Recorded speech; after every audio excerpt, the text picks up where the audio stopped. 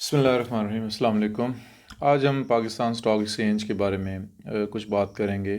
बहुत सारे लोग जो कारोबार करते हैं या कभी स्टॉक मार्केट में जिन्होंने पैसा इन्वेस्ट किया है या नहीं किया है, आमतौर पर ये क्यूरियोसिटी तकरीबन सभी के जहन में होती है और लोग सोचते हैं कि स्टॉक एक्सचेंज जो है वो एक मिनीएचर है पाकिस्तान की इकॉनमी का या किसी भी मुल्क की इकॉनमी का, मईशत की का एक खाका पेश करता है।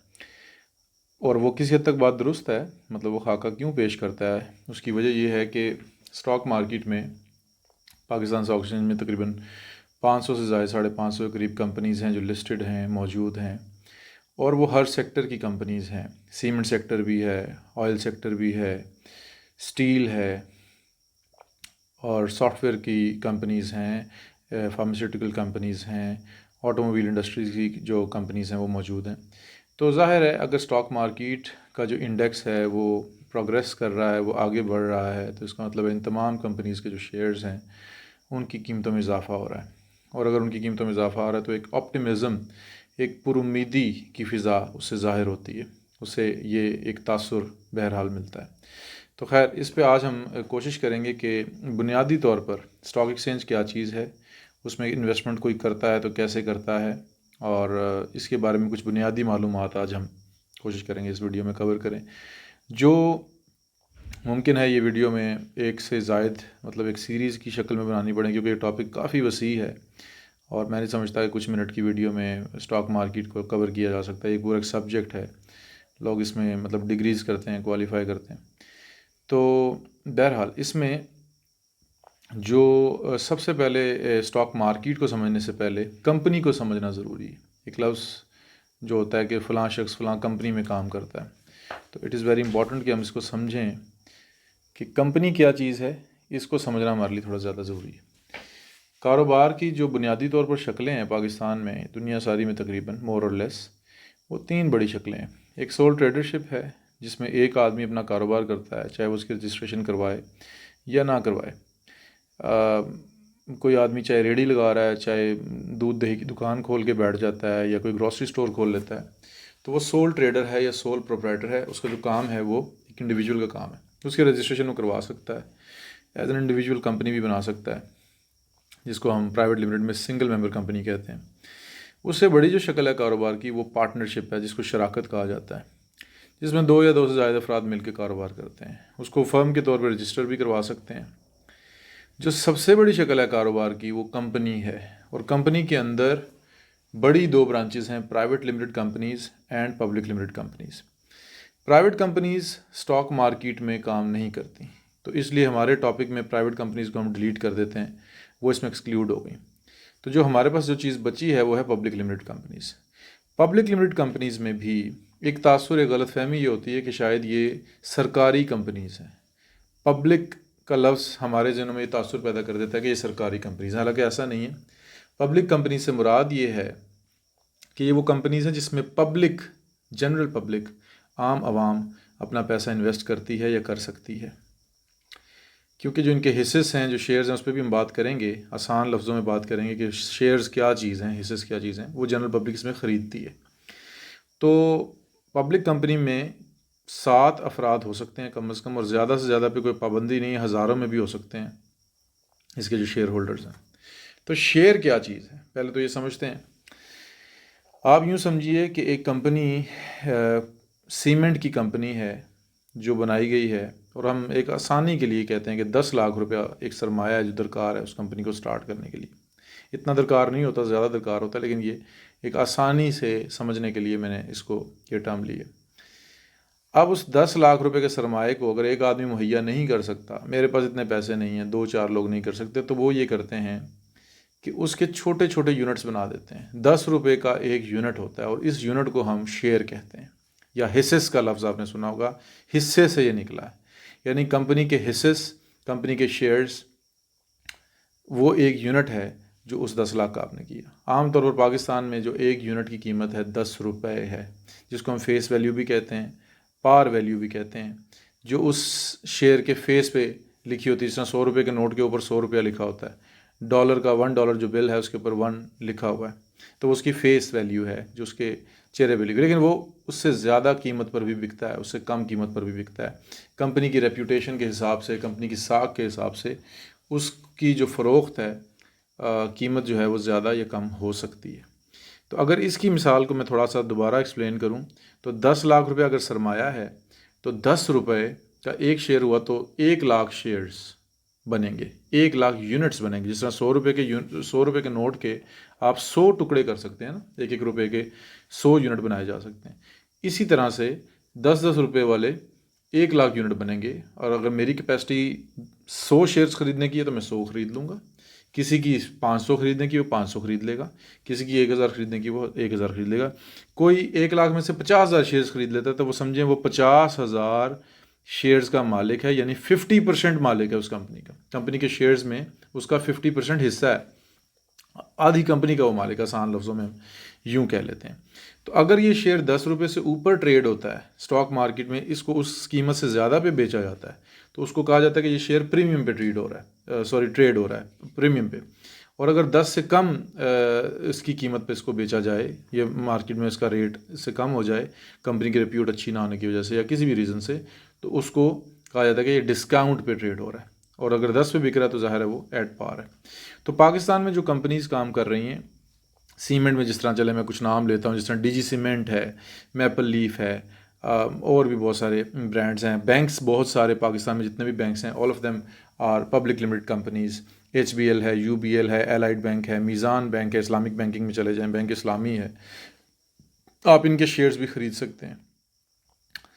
इसी तरीके से आप फार्मास्यूटिकल में जाएं तो एबट, GSK, बहुत सारी जो है कंपनीज़ हैं, सर्ल एक कंपनी है, बहुत सारी फार्मास्यूटिकल कंपनीज़ हैं। नेटसोल सॉफ्टवेयर में चले जाएं, TRG IT इंडस्ट्री की से रिलेटेड जो कंपनीज़ हैं ये भी मौजूद हैं।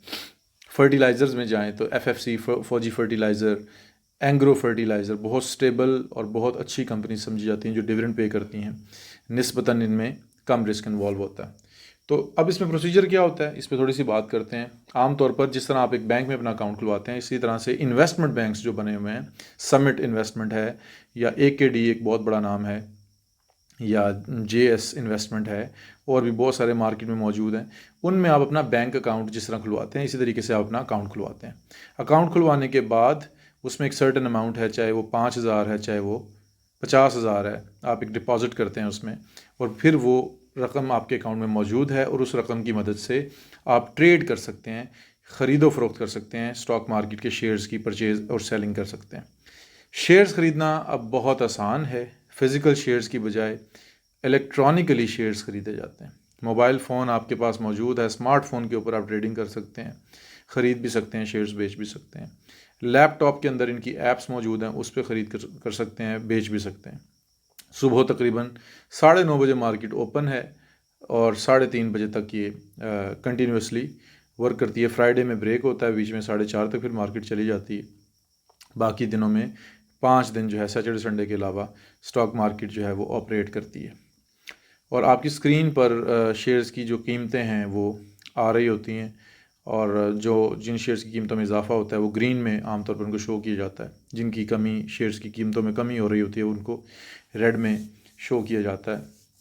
और एक दिन में तकरीबन जो बड़े शेयर्स हैं वो 7.5% तक गेन कर सकते हैं। जब वो एक मैक्सिमम लिमिट पे चले जाते हैं तो उसे कहा जाता है कि ये शेयर कैप हो गया है या अपर लॉक पे है। अपर लॉक से मुराद ये कि अब ये इस पर मज़ीद ट्रेड नहीं की जा रही, ताकि मज़ीद ज़्यादा, ये एक रूल बना दिया गया था, पहले 5% था फिर 7.5% कर दिया गया। तो एक रूल बना देगा ताकि एक हद से ज़्यादा एक ही दिन में शेयर ना बढ़े। लेकिन छोटे शेयर तो 50% भी एक दिन में बढ़ जाते हैं, कम भी हो जाते हैं इसी तरीके से। और अगर शेयर गिरता है तो वो भी 7.5% नीचे जा सकता है, लोअर लॉक जिसको कहते हैं, कि ये शेयर मतलब बहुत ज़्यादा आज घाटे में गया। तो खैर उसके जो नंबर्स हैं ये एक बड़ी साइकोलॉजिकल गेम है, आपके आसाब का बहुत बड़ा इसमें इम्तिहान होता है, बिहेवियर से रिलेटेड। ये मतलब ये बिहेवियरल फाइनेंस की एक फ़ील्ड है, बेसिकली इंसान के बिहेवियर से बड़ा ताल्लुक़ है। बहुत सारे इन्वेस्टमेंट इंसान करता है, प्लॉट्स में इन्वेस्टमेंट करता है, उसके भी रेट ऊपर नीचे होते हैं, लेकिन इंसान उसमें इमोशनली इतना ज़्यादा डिस्टर्ब नहीं होता जितना पाकिस्तान स्टॉक मार्केट में या किसी भी मुल्क की स्टॉक मार्केट में होता है। उसकी रीज़न ये है कि स्टॉक मार्केट्स के अंदर शेयर्स की प्राइसेस में जो फ्लक्चुएशन है वो बहुत आपके सामने विजिबल होती है। आपको हर लम्हा आपकी स्क्रीन के ऊपर 10 सेकंड में मतलब हर सेकंड में 10 पैसे ऊपर 10 रुपए ऊपर नीचे हर वक्त शेयर की जब कीमतें आ रही होती हैं तो आप if you are gazing at the screen तो आप इमोशनली बड़े डिस्टर्ब हो जाते हैं। मतलब समटाइम्स अगर वो आप ओवर एक्साइटेड हो जाते हैं, शेयर का कीमत अगर बढ़ रही है आप और ख़रीदना शुरू कर देते हैं। समटाइम्स आप बहुत ज़्यादा पैनिक हो जाते हैं, अगर आप शेयर के रेट गिरना शुरू हो जाए तो आप सेलिंग शुरू कर देते हैं। तो ये इसको बैलेंस रखना ये एक बहुत काम है। फिर शेयर्स के आगे कुछ चीज़ें हैं, कुछ ऐसी कुछ इसमें कुछ ऐसे रूल्स हैं जिससे आप समझते हैं कौन सा शेयर ज़्यादा रिस्की है, कौन सा शेयर ज़्यादा स्टेबल है। हर इंसान की रिस्क एपेटाइट अलग है, हर इंसान का जो रिस्क लेने का जो मिजाज है वो अलग है। कुछ लोग पसंद करते हैं कि ऐसे शेयर्स में इन्वेस्टमेंट करें जहाँ बहुत ज़्यादा गेन बेशक ना हो, लेकिन यार जो पैसे लगाए हैं ना वो ना डूबें, लॉस में ना हम चले जाएं, तो वो स्टेबल शेयर्स की तरफ जाते हैं। जिस तरह एफएफसी है जिसका मैंने बताया, फौजी फर्टिलाइज़र कंपनी, बहुत स्टेबल शेयर समझा जाता है और इसकी प्राइस में बहुत ज़्यादा तेज़ी से फ्लक्चुएशन नहीं होती। खैर वो ऊपर की तरफ भी नहीं होती, अगर नीचे की तरफ नहीं जाता तो ये बहुत तेज़ी से ऊपर भी नहीं जाता, लेकिन ये डिविडेंड पे करता है, मुनाफा भी देता है। इसमें मैं बताता चलूँ कि इन शेयर्स की जो कीमतें हैं इसमें दो इन्वेस्टमेंट के दो फ़ायदे आमतौर पे एक्सपेक्ट किए जा रहे होते हैं। एक कैपिटल गेन है, कैपिटल गेन जिसको आप कहते हैं कि उसकी कीमत में इजाफा। अगर आपने शेयर ख़रीदा है 50 का तो वो 60 का हो गया है कल परसों तरसों 2 दिन बाद 4 दिन बाद महीने बाद, तो वो 10 रुपये आपको उसके ऊपर समझे 20% आपको गेन मिला, कैपिटल गेन। एक तो वो प्रॉफिट है, एक वो मुनाफा है जो वो कंपनी पीरियोडिकल आपको पे करती है 3 महीने बाद, 6 महीने बाद या 1 साल के बाद। कुछ कंपनीज़ वो बहुत ज़्यादा पे करती हैं, जिस तरह एंग्रो फर्टिलाइज़र, मीज़ान बैंक, फौजी फर्टिलाइज़र और भी इस तरह के कुछ नाम हैं जो अच्छा मुनाफा आपको देते हैं। अगर उनकी कीमतों में इस्तेहकाम भी रहे, बहुत ज़्यादा तब्दीली ना भी हो, तो वो एक मंथली या सालाना तौर पर 10% 20% कुछ ना कुछ वो शेयर पे मुनाफा देते हैं। और वो बेस कर रहा होता है उनके ईपीएस पर, अर्निंग पर शेयर, यानी इस कंपनी ने एक शेयर के अगेंस्ट कितना पैसा कमाया, 10 रुपये कमाए हैं। अगर मुनाफा जो उनका हुआ है उसको डिवाइड कर देते हैं शेयर्स के ऊपर, अगर वो 10 रुपये कमाएँ तो वो उसको फिर उसमें से कितना डीपीएस कितना है, डिविडेंड पर शेयर कितना दिया है, पे आउट रेशो कितनी है। बाज़ कंपनीज 100% पे कर देती हैं, बाज़ कंपनीज कमाती हैं और पे फिर भी नहीं करती, शेयर होल्डर्स तक उसको मुंतकिल नहीं करती बल्कि री इन्वेस्ट करती रहती हैं। खैर ये एक अलग चीज़ है, लेकिन ये दो रिटर्न्स जो हैं वो आमतौर पर देखे जाते हैं जब भी आप इन्वेस्टमेंट करते हैं शेयर्स में। अच्छा जी, इसके अलावा बहरहाल ये एक रिस्की काम है। अपेरेंटली इट माइट सीम कि ये बहुत जनाब एक बड़ी रोज़ी पिक्चर आपको दिखाई जाती है। समटाइम्स आपको मूवीज़ में, ड्रामाज़ में दानिश बहुत अमीर हो गया जनाब, एक दिन में उसने शेयर्स ख़रीदे और वो अगले दिन, लेकिन लोग कंगाल भी बहुत ज़्यादा होते हैं वैसे। और मेरे ख्याल में जो जनरल पब्लिक है उनमें कंगाल होने वालों की रेशो शायद ज़्यादा होगी।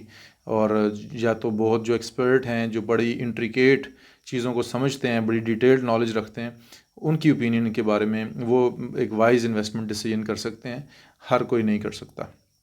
तो आज हमने जो बात की है, एक तो कंपनी क्या चीज़ है, पब्लिक लिमिटेड कंपनीज़ क्या होती हैं, और उसके शेयर की कीमत जैसे मैंने बताया पार वैल्यू आमतौर पर 10 रुपये है, और वो शेयर ऊपर भी ट्रेड होता है। डीजी सीमेंट जिस तरह 150 रुपये पे ट्रेड हो रहा है, होंडा एटलस कार्स के शेयर्स, मतलब बहुत सारी कंपनीज उनके शेयर्स की कीमतें सैकड़ों में, हज़ारों में भी कंपनीज के शेयर्स की कीमतें हैं।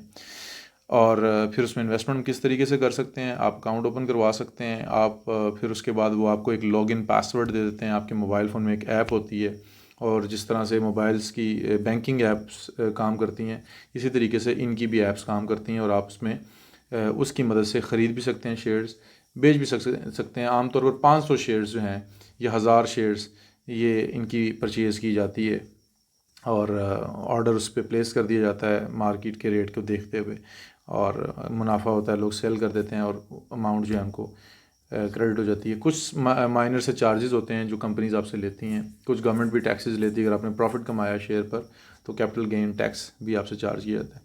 तो ये कुछ बुनियादी बातें हैं। अगर इससे रिलेटेड कोई सवाल आप पूछना चाहें, मज़ीद तफसील जानना चाहें तो कमेंट सेक्शन में आप लिख सकते हैं, और पॉसिबली मैं इस पर और वीडियो बनाऊँगा जिसमें मज़ीद कुछ डिटेल्स पे हम बात करेंगे कि किस तरीके से मज़ीद में काम किया जा सकता है। अंटिल देन अल्लाह हाफ़िज़, अस्सलाम वालेकुम।